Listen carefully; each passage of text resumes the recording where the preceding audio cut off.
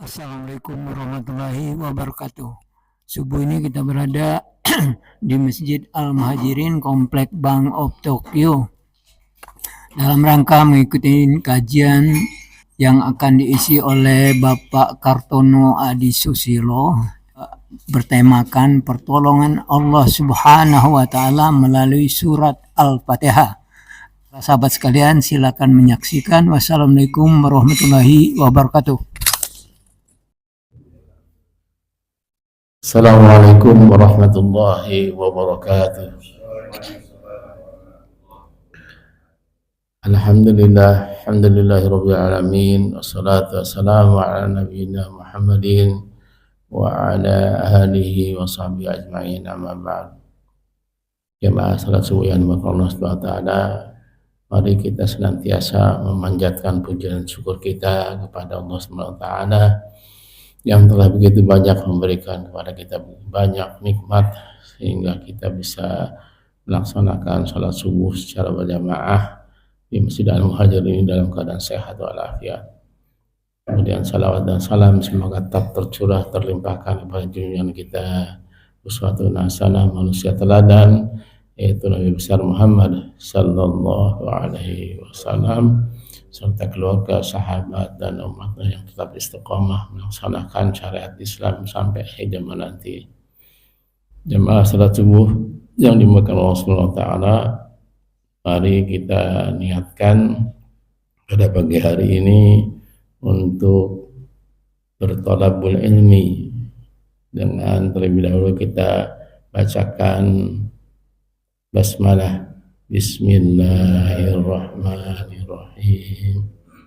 Sebelum kita mulai kajian kita, baiknya kita doakan dulu kepada kedua orang tua kita yang telah mendahului kita, kepada saudara-saudara kita, sahabat, teman, atau tetangga kita yang telah mendahului kita. Semoga Allah SWT memberikan ampunan dan menempatkan mereka di sisi Allah sebagai tempat terbaik. Amin ya Allah. Kemudian juga kepada saudara-saudara kita, orang tua kita, atau tetangga kita yang pada pagi hari ini kurang sehat, semoga Allah sehatkan kembali mereka. Kemudian apabila mereka mendapatkan cobaan, semoga Allah SWT berikan kepada mereka jalan keluar terbaik untuk bebas dari cobaan-cobaan yang Allah berikan kepada mereka dengan kesabaran. Untuk itu mari kita bacakan Ummul Quran Al-Fatihah. A'udzu billahi minasyaitonir rajim. Bismillahirrahmanirrahim. Alhamdulillahi rabbil alamin. Ar-Rahmanir Rahim. Maliki yaumiddin. Iyyaka na'budu wa iyyaka nasta'in. Ihdinas siratal mustaqim, siratal ladzina an'amta 'alaihim ghairil maghdubi 'alaihim waladdallin. Amin. Pagi ini kita akan mendengarkan tausiah oleh Al-Mukarram Bapak Haji Kartono Adi Susilo SE. Itu kami persilahkan. Assalamualaikum warahmatullahi wabarakatuh.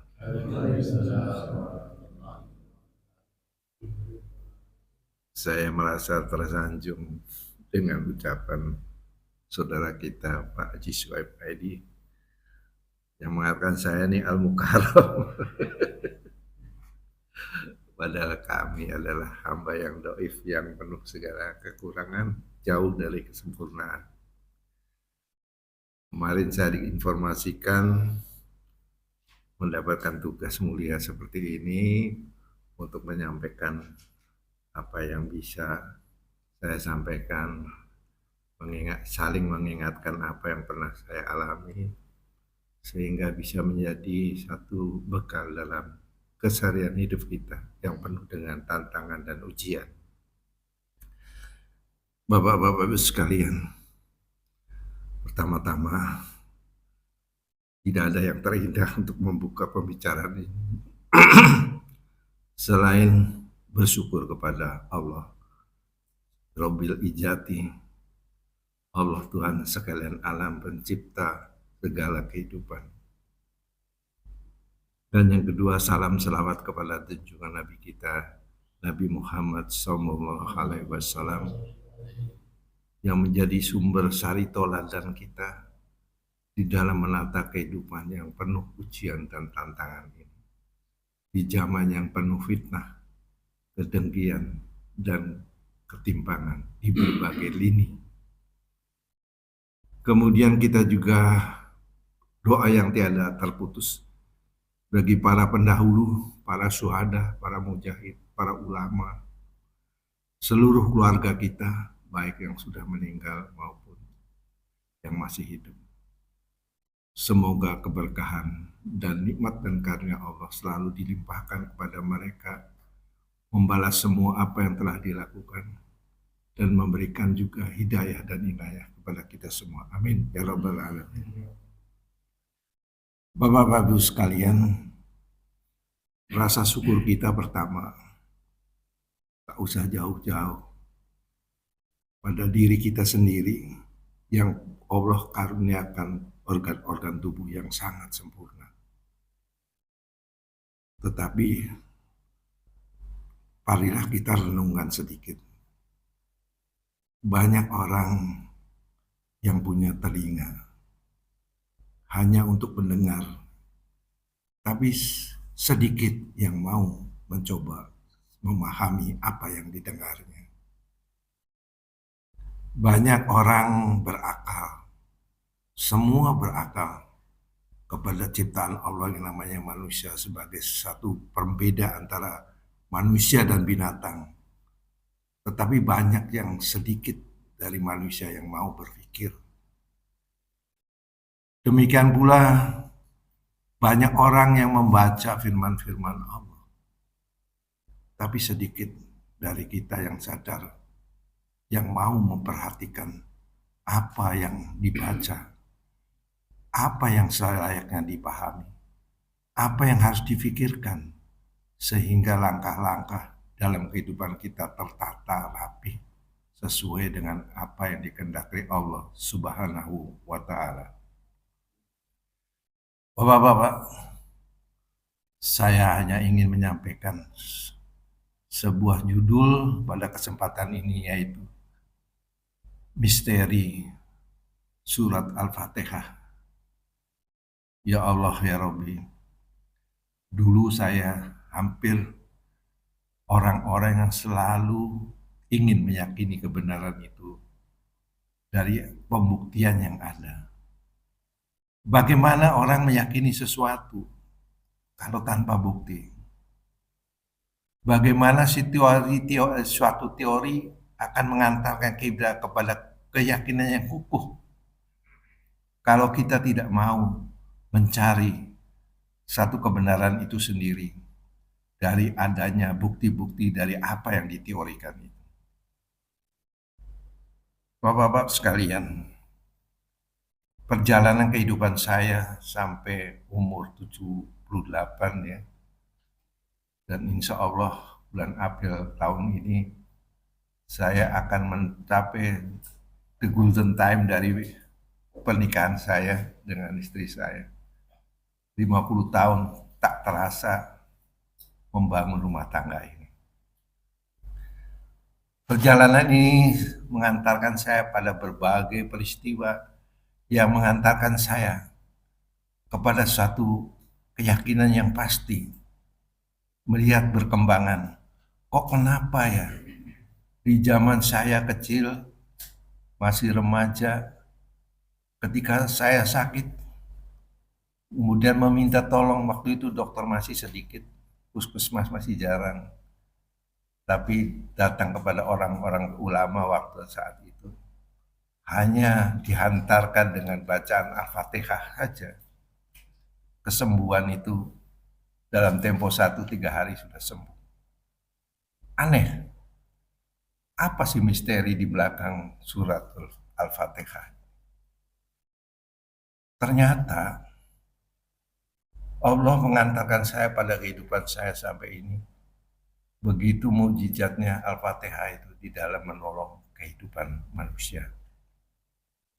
Pertama kali saya pengen cerita, walaupun ini cerita pribadi saya, semoga ini menjadikan kita lebih yakin bahwa di dalam ayat Al-Fatihah itu sendiri, surat Al-Fatihah itu sendiri, terdapat kekuatan Allah bagi orang yang merasakan betapa kekuatan Allah berada menyusup di dalam organ-organ tubuh yang kita miliki. Bapak-bapak sekalian, pertama cerita saya adalah umur 14 tahun. Riwayat ini sengaja memang saya sampaikan karena kebetulan materi yang harus saya sampaikan harusnya sih mempunyai waktu yang cukup untuk mempersiapkan diri untuk ceramah ini. Pada saat 14 tahun saya bersama kakak saya selalu berada di pendopo kelurahan. Nun jauh di sana ada sebuah pohon mangga yang sangat tinggi, sangat tua, dan sangat besar. Dan di ujung sana bisa dilihat ada pohon mangga gedong yang ranum, yang wangi, dan yang besar sekali.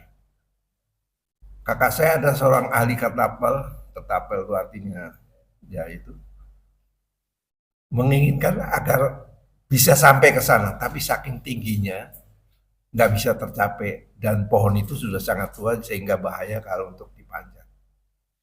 Saya pada saat itu merenung, ya Allah, betapa nikmatnya kalau mangga itu bisa saya dapatkan. Tapi bagaimana mungkin sejauh ini saya bisa meraihnya? Pohonnya yang sudah tua, besar, kemudian juga jauh di atas sana. Waktu itu saya tafakur sebentar di bangku-bangku kelurahan. Saya merenung, ya Allah, dengan kekuasaan dan kekuatan-Mu ya Allah, semoga saya bisa memperoleh mangga itu. Dan saya membaca suratul Al-Fatihah. Selesai itu saya baca Al-Fatihah dan amin, saya dengar persok turun, sesuatu turun dari atas pohon mangga tersebut dan jatuh di atas tumpukan daun. Saya berpikir, apakah ini Allah yang memberikan hadiah dari bacaan Al-Fatihah? Saya cari dan betul saya dapatkan mangga yang saya harapkan mendapatkan itu. Ya Allah ya Rabbi, rupanya kebenaran itu ada di dalam surat Al-Fatihah. Dari situlah saya berangkat mendapatkan kekuatan karena saya meyakini apa yang saya ucapkan dan apa yang terbukti Allah buktikan saya. Dengan hati bergetar saya memakan mangga tersebut sehingga saya bisa menikmati. Itu pengalaman pertama. Pengalaman kedua, saya dulu waktu di zaman jahiliyah juga pernah meminum minuman yang diharamkan Allah. Karena kebetulan kakak saya kerja di Jakarta Lloyd, selalu pulang membawa minuman-minuman yang mahal, mangga, apel, dan pokoknya semua yang mahal-mahal, termasuk rokok Triple Five. Dan minuman keras itu sedikit dengan botol yang indah dikemas demikian kita, sehingga waktu itu saya menikmatinya karena waktu itu masih jauh saya daripada keimanan. Nah, pada saat itu hidup yang tidak teratur dengan segala keterbatasan, saya dikaruniai Allah hidayah yang kedua, yaitu menderita penyakit tuberkulosis, yaitu di dada saya kanan dan kiri terjadi satu penyakit paru-paru sehingga pembuluh darah di jantung saya di paru-paru saya terjadi luka. Pada saat itu saya sakit parah, demam dan sebagainya, dan akhirnya muntah darah yang tidak terhingga. Muntah darah itu semua darah itu mengucur deras seperti pancuran air. Sampai pada saat terakhir saya dengarkan seorang perawat mengatakan kepada kakak saya, Mbak, Pak Kartono kayaknya tidak bisa diselamatkan. Kenapa? Darahnya udah berember-ember keluar hampir 3 liter atau 4 liter kan. Keluar dari hidung, dari mulut, luar biasa. Ya Allah, ya Rabbi, tidak ada yang akan menolong selain Engkau, ya Allah. Saya masih mendengar sayup-sayup perawat saya berkomunikasi dengan kakak. Karena muka saya sudah pucat, bahkan detak jantung saya sudah sangat lemah waktu itu sampai 40 ya kalau nggak salah. Detak jantung saya sudah menurun sampai 40. Tapi saya masih berharap, ya Allah, saya masih kepengen mendapatkan kehidupan dari Allah. Saya baca Al-Fatihah. Ketika saya sampai pada kalimat amin, Allah menurunkan sesuatu. Darah yang mengucur deras seperti itu berhenti. Berhenti total sampai hari ini. Ya Allah, ya Rabbi, ternyata Al-Fatihah telah menolong saya, kehidupan saya, dan sehingga saya bisa sembuh dan bekerja kembali. Pengalaman ketiga itu ketika waktu itu saya udah bekerja di Bank of Tokyo, saya mengendarai kendaraan pada lebaran, pada malam lebaran. Saya mengendarai mobil dan balapan sama mobil Mercy barangkali pada saat itu. Padahal mobil saya itu minicab. Rupanya si Mercy ini ngeledek, Pak. Jadi kan mobil minicab tuh maksimumnya 80. Dia tuh kalau saya sudah mendekati ini, dia pura-pura pelan. Jadi saya ngegas lagi. Terus pola lagi, rupanya dia lagi ngeledek saya gitu. Karena dia kan Mercy kan kecepatannya jauh beda. Suatu saat di tikungan Cikampek, itu di sini jalan rayanya itu aspalnya lebih tinggi daripada paling pinggir kiri. Ketika saya belok, mobil saya itu mau naik lagi ke atas jalan aspal. Ternyata itu nggak boleh. Kalau sudah terperosok ke bawah harusnya diterusin. Kata supir-supir sudah berpengalaman, nggak boleh kita balik untuk segera mengambil jalan aspal lagi. Ternyata terbalik, Pak. Saya masih ingat sekali. Pada saat terbalik, saya mendengar adik saya teriak, Kak, itu banyak kok sudah di atas gitu begitu, udah miring begitu. Ya Allah, saya bilang, ini cilaka benar ya Allah. Saya masih dengar teriakan ini. Anak-anak juga pada teriak-teriak. Terus mobil tuh keguling ke jalan. Terus saya merasakan sekali, ya Allah, tak ada yang pelindung yang selain Engkau ya Allah, yang Maha Kuasa dan Maha Kuat. Saya tuh merasa kayak ditidurkan di bantal gitu, ada yang nyodorin bantal di kepala saya, sambil saya megangnya setir, mobil tuh terbalik dan berdiri kembali. Karena apa? Saya pada saat itu terakhir saya dalam situasi yang sangat kritis, saya baca lagi Al-Fatihah dan Amin, mobil tuh beleduk berdiri lagi, terus saya mencari penyelamatan daripada berbagai kendaraan yang dari depan. Masuk ke dalam solokan, saya jeblosin ke solokan, mobil masih hidup, baru saya matiin. Ternyata keponakan saya, adik-adik saya semua nggak ada yang tidak luka semua. Ada yang kena beling kaca, ada yang tangannya kegores, ada ini yang terbelah kakinya, tapi tidak ada yang sampai kehilangan nyawa. Tapi mengerikan begitu. Tapi hanya satu yang sadar, cuman saya sendiri yang setirnya, supirnya.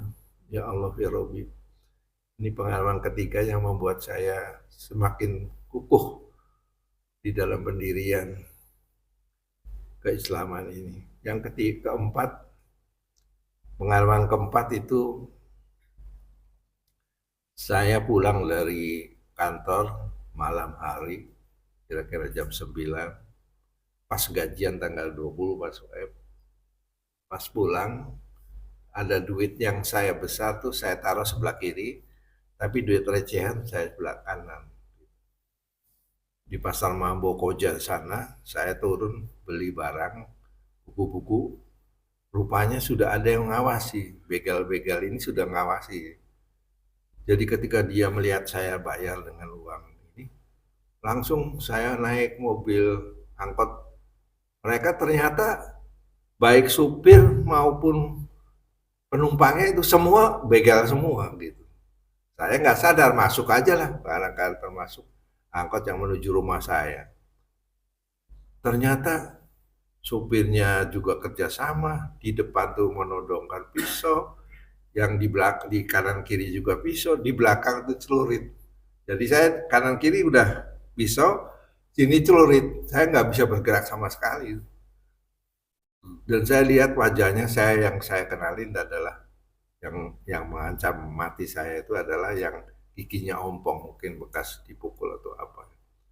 Jangan bergerak kalau kamu serahkan semua nyawa atau itu. Tapi hati saya ditenangkan oleh Allah. Ya Allah, ini betul-betul kami tidak bisa melawan apa-apa, udah berada dalam posisi begini. Kemudian saya malah mendakwai dia, kenapa kalian melakukan hal ini?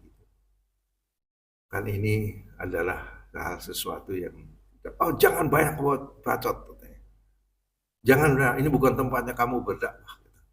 Gitu. Terus saya tanya, kamu mau apa? Saya mau duit kamu. Mana duitnya? Gitu. Saya pikir kalau saya melawan saya pasti hancur atau luka-luka menghadapi 4 orang ini. Kemudian apa yang dilakukan saya? Kembali lagi kepada kekuasaan Allah. Saya baca Al-Fatihah. Dan Alhamdulillah yang terjadi apa? Itu yang namanya celurit yang ada di leher. Kayak menggosok satu seng.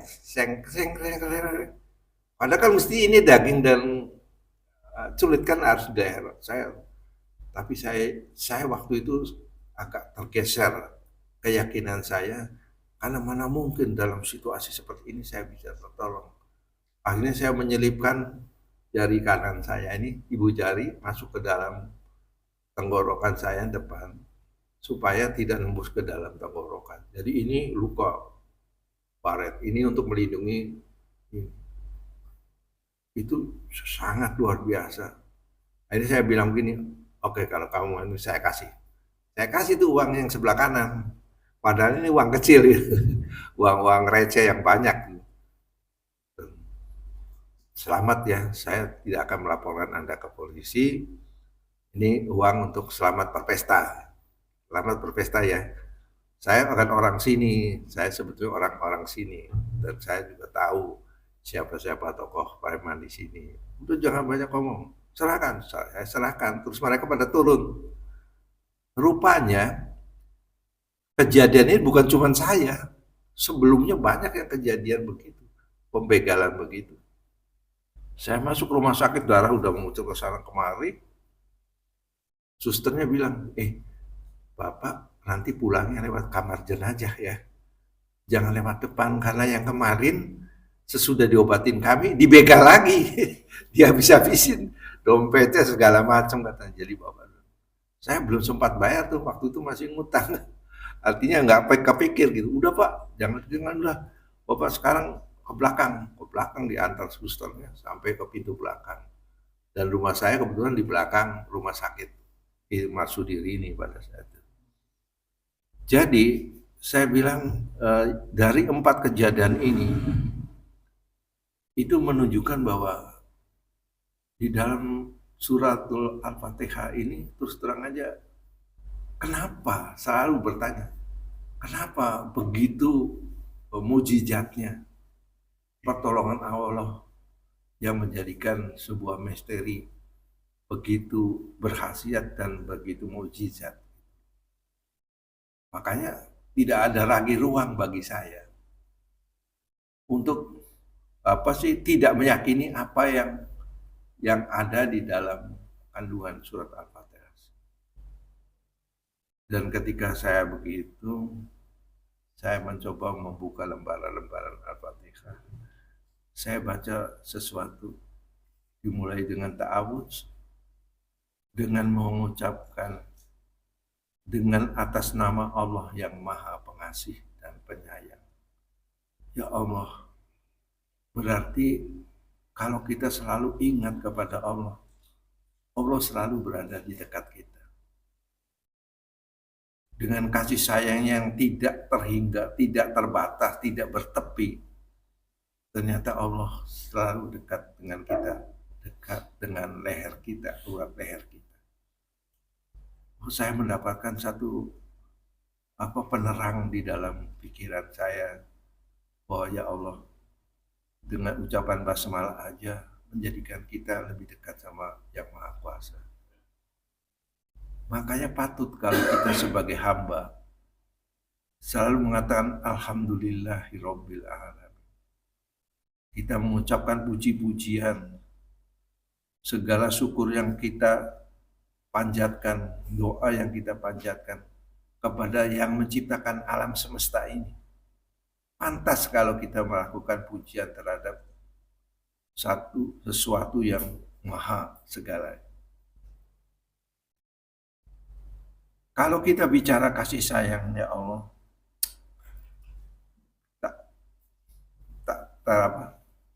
tak terbatas kasih sayang Allah. Kita diberikan Allah satu mata untuk melihat. Dan sebetulnya termasuk kandungan kewajiban di dalamnya untuk memperhatikan apa. Karena beda, orang dengan mata melihat, ya cuman begitu aja pemandangan yang baik, gambar yang kita peroleh. Tapi kalau kita memperhatikan detailnya, kita akan tahu.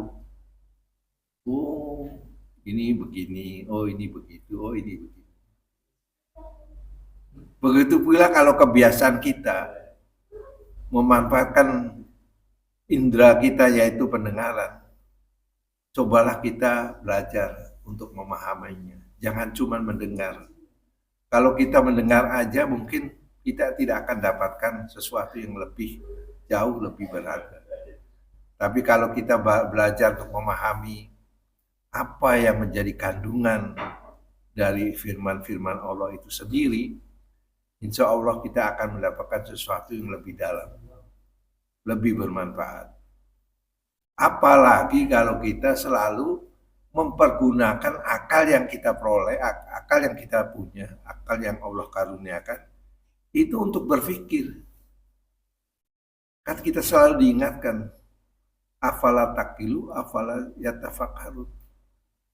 Apakah kalian berakal dan kalian tidak berpikirkan, tidak memikirkan. Beda orang yang berakal tapi tidak berpikir. Tapi orang yang berakal dengan memikirkan jauh akan mendapatkan jauh lebih dalam ilmu yang Allah berikan lewat firman Allah itu sendiri. Bapak-bapak, saya sengaja mengatakan begitu karena terus terang Islam itu adalah agama yang sangat rasional.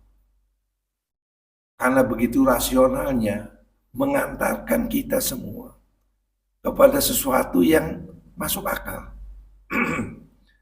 Masuk dalam pemikiran kita dan akan menambah keyakinan kita.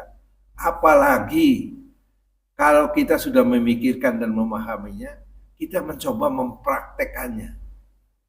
Apakah betul firman Allah itu akan memberikan kemanfaatan ini atau kemanfaatan itu? Tapi kalau selalu kita berusaha mempraktekkan apa yang Allah ajarkan, kita pasti akan mendapatkan bukti kebenaran firman-firman Allah itu sendiri. Kalau kita meyakini sesuatu yang kurang bukti, yang tidak bukti, kita cuma merupakan satu angan-angan aja. Dan ini titik kelemahannya. Titik kelemahan kita itu adalah tidak seimbang antara apa yang kita peroleh dari akal kita, yang kita pikirkan, tapi kita tidak praktekkan. Ini sangat sangat memprihatinkan. Padahal sekali teori itu kita praktekkan, kita akan mendapatkan kebenaran yang hak. Dan Allah mengajarkan kebenaran dan bukti itu lewat pengalaman-pengalaman yang tadi saya ceritakan. Pengalaman ini mungkin bagi diri saya sangat bernilai, sangat menentukan, sangat membentuk satu kepribadian dalam kehidupan ini. Dan semoga pengalaman ini bisa juga memberikan satu wawasan yang akan menambah keyakinan kita di dalam memegang agama yang Allah ridhoi. Bapak-bapak, pengalaman ini bukan untuk menunjukkan hal-hal yang sifatnya privacy, tapi hanya untuk memberikan satu cerita yang nyata yang saya alami sebagai satu sumber hidayah bagi saya pribadi. Saya meyakini bahwa ada kekuatan lain di luar kemampuan diri kita sebagai manusia yang justru lebih menentukan tentang pertolongan Allah itu sendiri. Banyak orang-orang yang berpikir sangat rasional sehingga mengatakan dia pada pendewaan dan penuhanan kepada akalnya, sehingga menyatakan bahwa ini adalah hasil jerih payah akal dan upaya kita. Padahal secara realita, kalau saja Allah tidak mengkaruniakan kesehatan pada diri kita, tidak mungkin sesuatu kesuksesan tercapai dalam kehidupan. Ada kekuatan di luar diri kita, yaitu kekuatan yang maha kuasa, yang maha menciptakan kita. Itulah yang sering dinyatakan di dalam surat Al-Baqarah, Alif Lam Mim, Dzalikal kitabul la raiba fihi hudalil muttaqin. Dulu saya sangat rasional dalam beragama. Tapi setelah membaca surat ini, ternyata ada kekuatan gaib di luar kekuatan manusia itu sendiri, yang justru lebih menetapkan dan menentukan takaran-takaran kehidupan itu sendiri. Semoga apa yang sampaikan cerita pribadi saya ini, semoga memberikan inspirasi bahwa ketika kita membacakan basmalah saja, ternyata kita harus sadar bahwa Allah sudah berada di dalam diri kita, lebih dekat dari urat leher kita. Yang insya Allah, kalau hubungan ini kita bina, kita pelihara melalui sholat kita dan sebagainya, rasanya tidak ada tempat kita untuk berlindung dari pengawasan Allah. Tidak ada tempat. Malu rasanya kalau kita berbuat dosa. Karena Allah sangat dekat.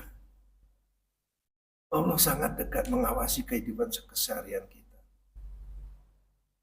Ya Allah, semoga ini sedikit pengalaman yang bisa saya sampaikan pada kesempatan ini. Semoga bermanfaat bagi kesadaran kita bahwa sebaik-baik kalimah adalah kalimat tilah. Sebaik-baik kalimat yang akan menurut kita adalah kalimat yang difirmankan Allah. Belajarnya menggali kehendak Allah dari firman yang disampaikan. Jangan sampai kita tidak bisa menggali apa sih kehendak inti dari apa yang Allah firmankan. Demikian aja Mas Wan. Maaf karena kurang persiapan. Yang benar itu dari Allah. Yang salah itu kesadaran diri saya sebagai manusia, hamba yang dhaif, yang tidak sempurna. Wabillahi taufiq wa hidayah. Wassalamualaikum warahmatullahi wabarakatuh. Sampaikan oleh Pak Kartono tadi. Jadi intinya bahwa setiap ayat di dalam Al-Quran itu merupakan syifa, merupakan obat. Dan di dalam surat Al-Isra disebutkan wa nunazzilu minal Qur'ani ma huwa syifaa'u rahmatul lil mu'minin. Jadi Al-Quran itu syifa, obat, dan rahmat. Dan terjadinya Pak Kartono dengan membaca surat Al-Fatihah saja sudah terlindung dari beberapa hal yang tadi disampaikan oleh Pak Kartono. Di awal Pak Kartono menyebutkan bahwa manusia punya telinga tapi tidak mendengar, punya mata tapi tidak melihat ayat-ayat Allah. Nah itu ada di surat Al-A'raf ayat 179 kalau salah. Wallahu walaqad darana li jahannama katsiran minal jinni wal ins lahum qulubun la yafqahun bima walahum biha walahum a'yunun la yusiruna biha walahum adanun la yasma'una biha ulaika lan'am balhum adall ulaika humul ghafilun. Dan sungguh telah kami ciptakan isi neraka jahanam itu dari banyak kalangan jin dan manusia. Walaqad darana jahannama katsiran minal jinni wal ins. Mereka memiliki hati, lahum qulubun la yafqahun. Mereka memiliki hati tapi tidak dipergunakan untuk memahami ayat-ayat Allah. Dan mereka memiliki tidak dipergunakan untuk memahami ayat Allah. Dan mereka memiliki mata tetapi tidak dipergunakan untuk melihat tanda-tanda kekuasaan Allah. Dan mereka mempunyai telinga tetapi tidak dipergunakan untuk mendengar ayat-ayat Allah. Mereka seperti hewan ternak, bahkan lebih sesat lagi. Mereka itulah orang-orang yang lengah atau lalai. Jadi ketika kita mendengarkan ayat-ayat Allah, di dalam ayat-ayat Allah itu sebetulnya banyak tanda-tanda kekuasaan Allah. Ayat-ayat Allah itu boleh jadi ayat-ayat dalam bentuk Al-Quran yang telah disusun sedemikian rupa, dan juga ayat-ayat kauniyah, ayat-ayat yang ada di sekitar kita. Misalnya ketika angin berhembus, ketika udara oksigen masuk ke mulut kita, ke hidung kita, semua itu adalah ayat-ayat Allah yang patut bagi kita untuk ditafakuri, disyukuri, bahkan kemudian diamalkan kesehariannya sebagai sesuatu yang diberikan Allah SWT kepada kita. Oleh karena itu mari kita senantiasa bersyukur kepada Allah SWT. Kemudian jangan lupa untuk melaksanakan syukur itu adalah dengan senantiasa melaksanakan kewajiban kita kepada Allah SWT dan senantiasa juga menjauhi semua larangan-larangan Allah SWT. Terima kasih Pak Kartono atas pencerahannya pada pagi hari ini. Semoga Allah SWT memberikan kepada kita hidayah dan bisa melaksanakan semua dengan baik dan benar. Kemudian kita tutup dengan doa kepada majelis. Subhanaka Allahumma wa bihamdika asyhadu an la ilaha illa anta astaghfiruka wa atubu ilaik. Assalamualaikum warahmatullahi wabarakatuh.